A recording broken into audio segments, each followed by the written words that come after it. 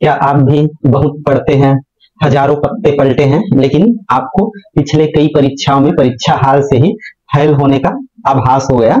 तो बहुत सारे परीक्षा होते हैं सीजी पुलिस एग्जाम जैसे, जिसमें आपको बहुत सारे पढ़ाई करने वाले भी फेल हो जाते हैं, सिलेक्शन उनका नहीं होता।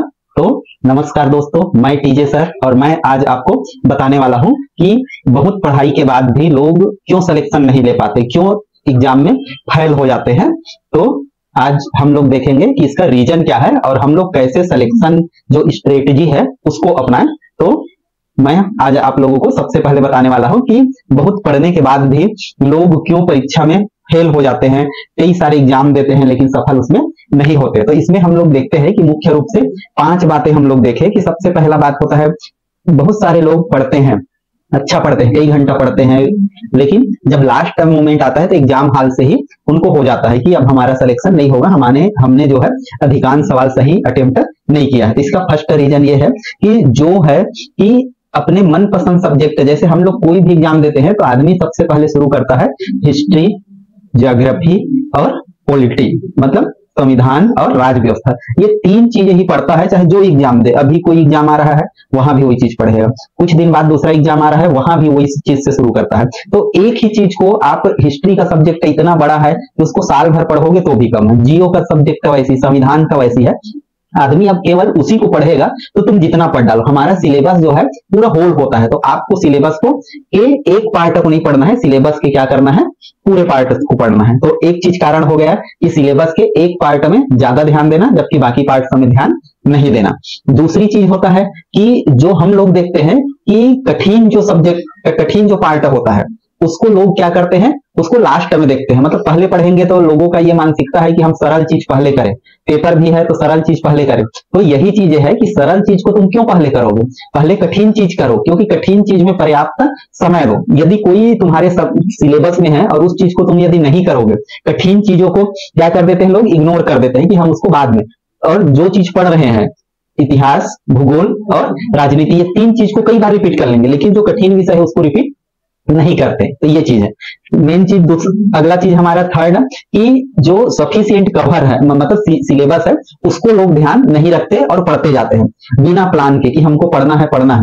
जबकि ये चीज है कि आपके सिलेबस में यदि 20 बिंदु है तो 20 को आपको बराबर तैयारी करना है। जैसे अभी हम लोग सीजी पुलिस का देखें, राष्ट्रीय जो सामान्य ज्ञान है उसमें 10 पार्ट है और 20 प्रश्न है, तो ये मान के चलो कि हर पार्ट से 2-2 प्रश्न आएगा। तो किसी पार्ट में घुस के आपको इतना ज्यादा डिटेल नहीं पढ़ना है, एकदम ज्यादा डीप, तो तभी आपके सभी पार्ट होगा। दूसरा चीज, छत्तीसगढ़ में 10 भाग है, उससे हर पार्ट से केवल 3 प्रश्न आएगा। तो एक पार्ट में यदि आप पूरा समय दे दोगे तो अगले पार्ट में आप समय नहीं दे पाओगे। तो हर पार्ट को, फिर रीजनिंग है, फिर मैथ्स है, तो इतना ज्यादा डीप नहीं पढ़ना है आपको। तो ये चीज का आपको ध्यान रखना है, हर पार्ट को हमको इक्वली लेके चलना है, क्योंकि आप फर्स्ट पार्ट को बहुत ज्यादा पढ़ोगे तो फर्स्ट पार्ट का ही आप प्रश्न अटेम्प्ट कर सकते हो, लेकिन सेकेंड पार्ट का आप अटेम्प्ट नहीं कर सकते।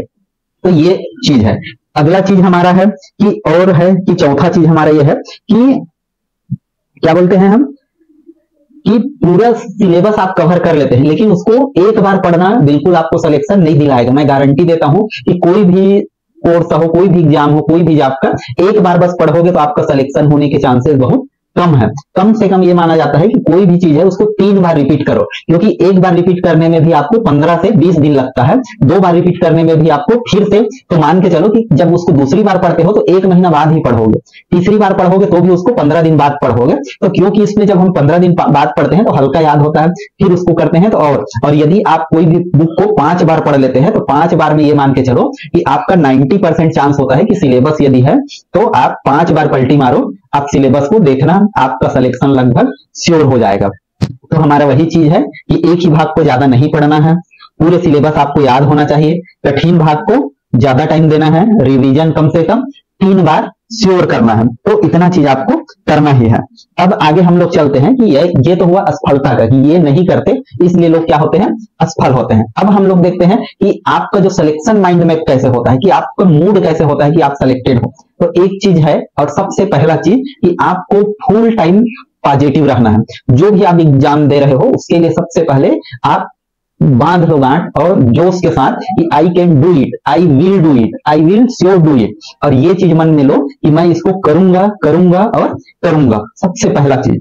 दूसरी चीज हम लोग आते हैं कि आप सिलेबस देख लिए और आपके बस में कौन सा पार्ट इजी है, कौन सा पार्ट टफ है, ये आपको पता होता है, क्योंकि जिस दिन सिलेबस देखोगे आपको पता हो जाएगा मेरे से ये वाला पार्ट नहीं बनता। तो नहीं बनता मतलब उस पार्ट को आपको डेली देखना है, मतलब ज्यादा से ज्यादा, मतलब उसको कम से कम 5 बार करना ही है मान के चलो। क्योंकि आप, हम 3 चीज बोले, तो यदि आप कोई भी एग्जाम दिलाए होगे तो पॉलिटी, हिस्ट्री और जियो, मतलब ये 3 चीज है कि इसको आप हमेशा तैयारी करते हो, जबकि बाकी सब्जेक्ट का क्या होता है, छूट जाता है। तो ये सब्जेक्ट को सबसे लास्ट में करो, क्योंकि पार्ट्स में जब प्रश्न आएगा तो पॉलिटी का भी 3 आएगा, हिस्ट्री का भी 3 आएगा, करंट अफेयर्स का भी 3 आएगा और इकोनॉमिक्स का भी 3 आएगा, विज्ञान का भी 3 आएगा। तो हिस्ट्री को तुम जितना पढ़ लोगे 3 अटेम्प्ट तक कर सकोगे या नहीं कर सकोगे ये गारंटी नहीं है।